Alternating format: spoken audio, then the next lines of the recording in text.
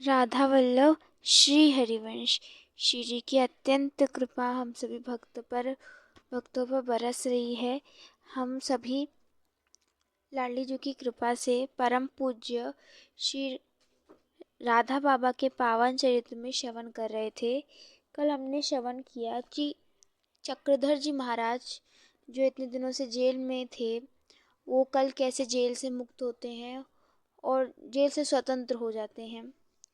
तो 4 मई 1931 में गांधी इरविन संभोक्ता हुआ था। उसी संभोक्ता के फलस्वरूप में चक्रधर जी महाराज जेल से बाहर आ गए थे। अब प्रश्न चक्रधर जी के सामने था कि भावी जीवन का क्या स्वरूप है। जेल के भीतर कितना क्रूर और कष्टपूर्ण परिस्थितियों में चक्रधर जी को पद पद पर भगवत कृपा के अनेक अद्भुत दिव्य अनुभव हुए। इन इतने सुंदर सुंदर दिव्य अनुभव कारण जेल में चक्रधर जी मन में इस प्रकार के विचार आने लग गए थे कि भविष्य में अध्यात्म पूर्ण जीवन व्यतीत करना है। वे मन में यही सोच रहे थे कि जैसे ही जेल से निकलूंगा वैसे ही मैं भगवान के बहुत बहुत भगवान का नाम करूंगा, बहुत भगवान के बारे में सोचूंगा, बहुत भगवान का नाम जप करूंगा। जेल से बाहर आने के बाद बड़े भाइयों का दबाव भरा आग्रह होने लग गया कि तुम विद्यालय में जाओ, और वहाँ पर उनका नाम उन्होंने लिखवा दिया, उनके बड़े भ्राता जनों ने, कि आप विद्यालय में जाकर पढ़े लिखिए। और अब लिख गया नाम तो उन्हें पढ़ना पड़ा। चक्रधर जी इस आग्रह के समक्ष नतमस्तक थे इसलिए क्योंकि गुरुजनों की आज्ञा माननी चाहिए, और नतमस्तक वे इसलिए भी थे कि विद्यार्जन और अध्ययन आध्यात्मिक जीवन में बहुत ही सहायक होगा। उनके बड़े भाई लोग उन्हें कलकत्ते में ले गए और वहाँ उनको सोहरावर्दी बेगम मेमोरियल स्कूल की 9वीं कक्षा में उनका नाम लिखवा दिया। और चक्रधर जी ने मैट्रिक परीक्षा प्रथम श्रेणी में उत्तीर्ण की, पास की। इसके बाद घर वालों ने उनका नाम रिपन कॉलेज में लिखवा दिया। वहाँ रिपन कॉलेज के इंटरमीडिएट कला आर्ट में लिखवा दिया। और चक्रधर जी ने प्रथम वर्ष की कक्षा उत्तीर्ण कर ली। अब चक्रधर जी कॉलेज में कला विभाग के द्वितीय वर्ष के छात्र थे। पहला वर्ष उन्होंने कर लिया, जैसे कि आज कहते हैं फर्स्ट ईयर, उन्होंने फर्स्ट ईयर कर लिया। अब उनका था सेकेंड ईयर। चक्रधर जी कॉलेज के छात्र तो थे, लेकिन घर पर अपने परिवार के बच्चों भिन्न भिन्न विषय कभी कभी पढ़ाया भी करते थे, अपने परिवार के बच्चों को पढ़ाया करते थे। चक्रधर जी ने अपनी पाठ्य पुस्तक नहीं खरीदी थी। उनको पाठ्य पुस्तक की जरूरत भी नहीं थी। उनके पास एक मोटी कॉपी थी। क्लास में पढ़ते समय उसी कॉपी को ले जाते थे और उसमें जो जो उनके अध्यापक बता दिया करते थे उन बातों को वो लिख लिया करते थे और उसी को पढ़ लिया करते थे। कॉलेज से आने के बाद वे कॉपी लापरवाही के साथ वो कहीं किनारे पड़ जाती थी और फिर वो श्रीमद् भगवत गीता जी को पढ़ने लगते थे। तो उस पोथी में, श्रीमद् भगवत जी की पोथी में, डा एनी बेसेंट ने अंग्रेजी में अनुवाद भी किया था गीता जी को। घर के द्वार पर बैठकर अपनी गीता जी को खोल लिया करते थे और तब तक पढ़ते रहते थे जब तक अंधकार में पढ़ना असंभव नहीं हो जाता था, जब तक पूरा अंधकार नहीं हो जाता था। चक्रधर अपने पूज्य पंडित श्री देवदत्त जी मिश्र से सांख्य वेदांत भी पढ़ा करते थे। अपने जो उनके बड़े भाई थे श्री देवदत्त जी, उनसे वो सांख्य और आदि वेदांत के भी ज्ञान लिया करते थे। एकांत में जब चक्रधर जी श्रीमद् भगवत गीता के श्लोक पर बड़ा गंभीर पूर्वक मनन करते थे, विचार करते थे। प्राणी मात्र में भगवत दर्शन करने की साधना का आरंभ विद्यार्थी जीवन में ही उनका हो गया था।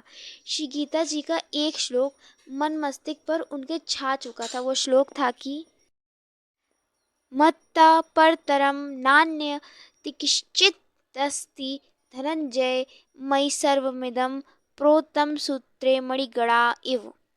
हे धनंजय, मेरे सिवाय किंचित मात्र भी दूसरी वस्तु यहाँ पर नहीं है। यह संपूर्ण जगत, ये पूरा संसार सूत्र में सूत्र की मड़ियों के सदस्य मेरे में गुछा हुआ है। यहाँ जो कुछ है वो सब मैं हूँ। भगवान यहाँ पे ये कहते हैं।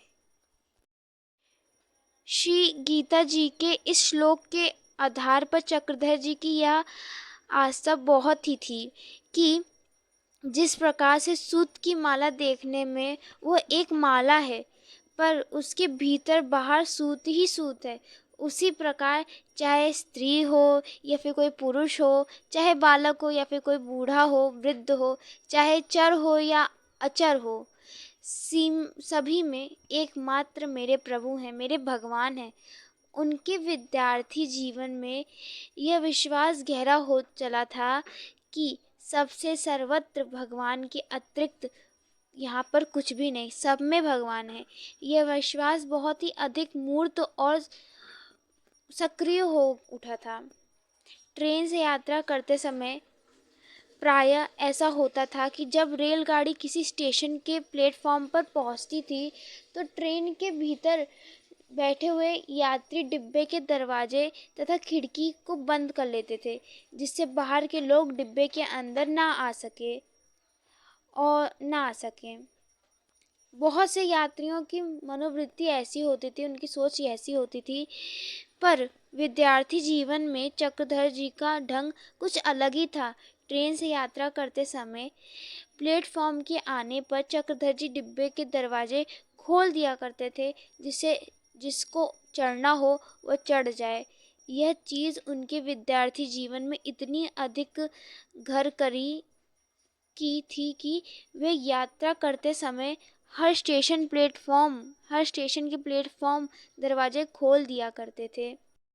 तो इसके फलस्वरूप में ऐसा होता था कि डिब्बे में लोगों की भीड़ बढ़ जाती थी और फाटक के खोल देने से जो भीतर यात्रीगण बैठे होते थे वो बहुत ही नाराज़ हो जाते थे और बड़े ही किचिचाते थे और चक्रधर जी पर हंसते थे, मतलब ताना भी मारते थे। चक्रधर जी को बिल्कुल अच्छा नहीं लगता था कि प्लेटफॉर्म पे खड़े यात्री हैं और वो अपने यात्रा से वंचित हो रहे हैं। डिब्बे के यात्री कुछ कष्ट सह लेंगे तो मर तो जाएंगे, बाहर खड़े रहेंगे वो लोग तो कैसा रहेगा। उनको भी डिब्बे के भीतर कुछ जगह मिलनी चाहिए, कम से कम खड़े रहने के लिए स्थान मिल जाएगा तो कितना अच्छा होगा। भले ही डिब्बे के यात्री बहुत नाराज होते हों, पर चक्रधर जी चुपचाप सह लेते थे। कोई कुछ भी बोले वो सोचते थे अच्छा करना चाहिए। तो वे फिर पढ़ने को गए और अपने विद्यार्थी जीवन का उनका आरंभ हुआ था।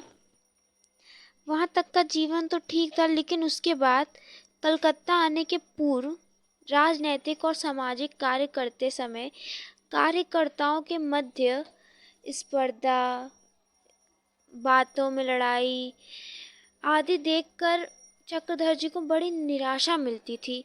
कलकत्ते आने के बाद आत्मीय कहलाने वाले स्वजनों के मध्य भी वही सब बातें मिली। इतना ही नहीं, स्वजनों से परपंच और प्रतिकूलता और अधिक मिली। चक्रधर जी ने बतलाया कि उन्होंने जिन को अपना निकट से निकट माना, उनमें से 4 व्यक्तियों को छोड़कर अन्य सभी ने उनके विश्वास का आघात किया, उन्हें बहुत ही दुख पहुंचाया। इन 4 व्यक्तियों में 2 तो उनके बड़े भाई हैं जिनके साथ वे कलकत्ते में रहते थे, और 2 अन्य जन थे। इन 4 व्यक्तियों के अतिरिक्त अन्य सभी लोगों से मिलने वाली प्रवंचना और प्रतिकूलता ने चक्रधर जी को मन से बड़ा तोड़ दिया था, और उस वक्त उनका विश्वास घटता जा रहा था लोगों पर से, और यह भावना अधिकाधिक बढ़ती चली गई। एक और घटना उनके सामने आती है जिससे चक्रधर जी महाराज का जो हृदय था वो कांप उठता है। एक विधवा स्त्री ने अपने पुरुष की अभिलाषा के पूर्ण करने के लिए अपने ही वयस्क पुत्र को विष दे दिया। चक्रधर महाराज कहते हैं, हाय इतना खराब पतन, ऐसा कठिन कलिकाल, चारों ओर देखकर ऐसी स्वार्थपरायणता और अनैतिकता को देखकर उनका जो मन था वो जगत से उचट गया। जगत के इन कटु प्रसंगों ने ऐसी पृष्ठभूमिका का निर्माण कर दिया था जहाँ चक्रधर जी पूर्व जन्म की आध्यात्मिक जो उनकी निधि थी वो खुलने लग गई थी, वो संस्कार आने लग गए थे, अपने आप निकलने लग गए थे। कुछ तो सत्व निधि मिली थी चक्रधर को माता पिता से, चक्रधर जी को अपने माता पिता से कुछ मिला। सत्य तो यह था कि चक्रधर जी के पिताश्री एक संत ही थे। उनको तो गृहस्थ जीवन गुरुजनों की आज्ञा पालन के रूप में मिला था, अंगीकार करना पड़ा था, अन्यथा विरक्त वेश में भक्त जीवन ही उन्हें अभिष्ट रहा। मतलब उनके पिताश्री को गुरुजनों की कृपा से गृहस्थ जीवन मिला, वरना तो उनको विरक्ति ही थी। चक्रधर जी की माता जी भी संत स्वभाव और भक्त हृदय था उनका भी। पूर्व जन्म की आध्यात्मिक निधि के अतिरिक्त इस जन्म में संत भाव निधि तो चक्रधर जी को भी माता पिता से सहज ही प्राप्त हो गई थी। इसे विकासोन्मुख बनाए दो सिद्ध संतों के दरस परस ने। इन संतों से चक्रधर जी की भेंट हुई थी बाल्यकाल अवस्था में और किशोरावस्था में। 4 वर्ष की आयु में द्वार पर आए हुए एक संत की दृष्टि पाते ही चक्रधर जी में परिवर्तन अकस्मात होने, जिसमें हमने देखा था कि वो खेलते खेलते खेलना छोड़कर आंखों में आंसू भरे हैं और तेज स्वर में राम राम राम देर तक जपते रहे और उनके नेत्रों से वो अश्रु बह रहे थे, ये हमने श्रवण किया था।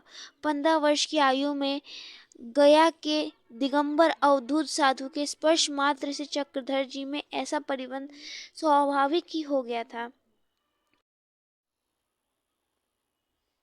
और फिर ये होता है कि जेल जीवन के अद्भुत दिव्य अनुभव वहाँ पे उन्हें मिलते हैं, जो कि ये प्रेरणा देते हैं कि उन्हें संत जीवन अपना लेना चाहिए। ऐसा उनके हृदय में निकलता है कि अब उन्हें संत जीवन में आ जाना चाहिए, क्योंकि वो हर तरफ देख रहे हैं कि जो दुनिया वो कैसी है, ये संसार कैसा है, माया जनित है, जहाँ पे लोग अपनी वासनाओं को पूर्ण करने के लिए, अपने स्वार्थ को पूर्ण करने के लिए क्या क्या कर रहे हैं। तो श्री जी की कृपा से आज के प्रसंग में हमने यहाँ तक श्रवण किया कि जब वे जेल से निकले तो फिर उन्होंने आगे अपनी पूरी पढ़ाई की, परंतु उनके अंदर फिर संत बनने की, संत की ओर जाने की, संत वेश में आने की उनकी कैसी संभावना बनती है, उसे हमने श्रवण किया। श्री जी की कृपा से कल हम ये श्रवण करेंगे कि वे प्रभु को पत्र लिखा करते थे। बाबा पत्र लिखते थे ठाकुर जी को और निवेदित किया करते थे। उनके पास एक डायरी थी जिसमें वे प्रभु को जो पत्र लिखते थे वो उन्होंने लिखा था। और उसके बाद हम उसके आगे बाबा ने जब संन्यास ग्रहण किया वो प्रसंग श्रवण करेंगे। अभी श्री जी की कृपा से यहाँ पे प्रसंग को विराम देते हैं।